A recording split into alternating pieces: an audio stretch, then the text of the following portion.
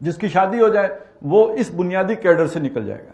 جب انہوں نے پولیٹیکل ونگ بنایا تو وہ پھر اب اس میں چلے جاتے ہیں. ابھی آپ نے مودی صاحب نے شادی کی ہوئی ہے لیکن چھپا کے رکھی ہوئی ہے, بتائی ہوئی نہیں ہے.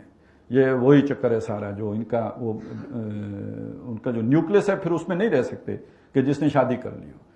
تو یہ ہے در حقیقت وہ مرہٹا طاقت جس نے پھر RSS کی صورت اختیار کر لی.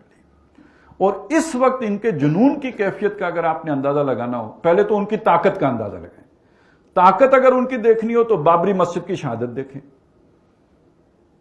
کانگریس کی حکومت ہے جو سیکولر ہے, اور اس حکومت میں وہ اپنے لاکھوں والنٹیئرز کو لے کے نکلتے ہیں. اچھا آپ ذرا سوچئے, آپ 1000 آدمی کو مشتعل کر کے لے کے آئیں نا سڑک پہ, وہ آپ کے کنٹرول میں رہے گا؟ وہ وہاں جاتے ہی پتھراؤ کرے گا, پتہ نہیں کیا کیا کرے گا, جو آپ نہیں بھی چاہتے وہ شروع کر دے گا.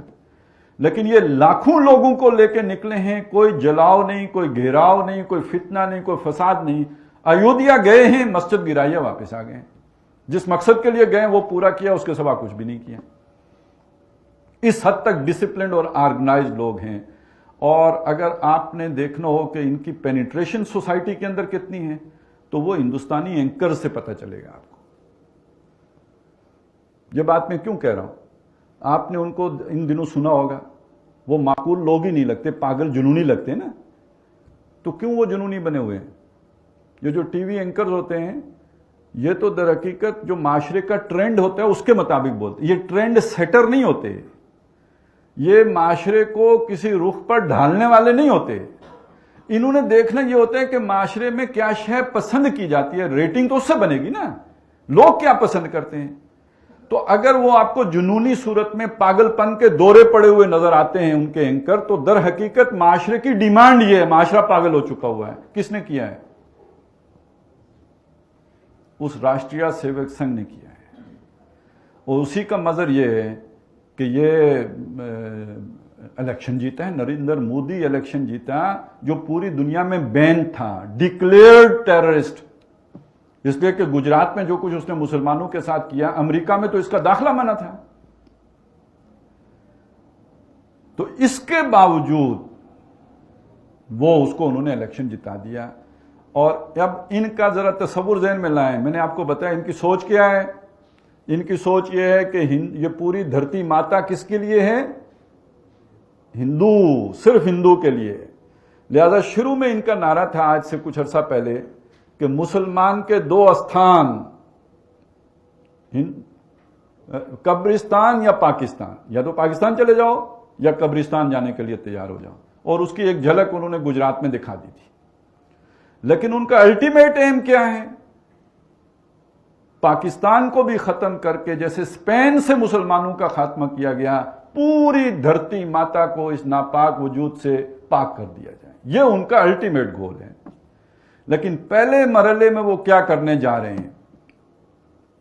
اس وقت آئین سازی میں, چونکہ ہندوستان کا آئین سیکولر آئین ہے, وہ عیسائیوں کو, مسلمانوں کو, سب کو ایکول رائٹس دیتا ہے, یعنی برابر کے شہری ہیں. یہ چیز وہ اس کمیونٹی کو جو یہ سمجھتی ہے کہ یہ دھرتی ہے ہی ہماری اور کسی کا حق ہی نہیں ہے یہاں پہ رہنا, وہ اپنے آئین کے اندر اس شے کو گوارا کر سکتے ہیں. لہذا انہوں نے کبھی اپنے اس آئین کو نہیں مانا ہے. گاندھی جی کو قتل کرنے والا اس تنظیم کا ایک فرد ہے, اس نے قتل کیا ہے. اسے بڑی ناراضگی تھی کہ گاندھی نے یہ چیز کی کیوں ہے, مسلمانوں کو یہ حقوق کیوں دے دیے ہیں, اس لیے قتل کرا دیا. وہ اس آئین کو نہیں مانتے اور وہ چاہتے ہیں کہ آئین کے اندر تبدیلی کی جائے, اور اس تبدیلی کے راستے میں بس ایک رکاوٹ باقی ہے, 2/3 اکثریت. کیونکہ ایک تو انہیں چاہیے ہوتا ہے کہ جو بھی ان کی ریاستیں ہیں, شاید 29 ہیں یا 30 ہیں, ان میں سے آدھی ریاستیں اس ترمیم کے حق میں ہوں, وہاں اکثریت آپ کو حاصل ہو, تو 22 میں اکثریت حاصل ہے, وہ مسئلہ ہی نہیں. دوسرا ان کی ایک, جیسے ہمارا سینٹ ہے اور قومی اسمبلی ہے, تو ان کی لوک سبھا ہے, قومی اسمبلی, اور اوپر راجیہ سبھا ہے. تو راجیہ سبھا تو منتخب ہو کے آئے گی ساری کی ساری, جو ہے وہ وہاں سے صوبوں سے, وہ تو ان کے اکثریت ہو ہی جائے گی. لوک سبھا میں انہیں 2/3 اکثریت چاہیے. یہ آخری رکاوٹ ہے. جس دن یہ رکاوٹ دور ہو گئی تو پتہ ہے انہوں نے پہلا قانون کیا بنانا ہے, اس ہندوستان کے شہری صرف اور صرف ہندو ہیں.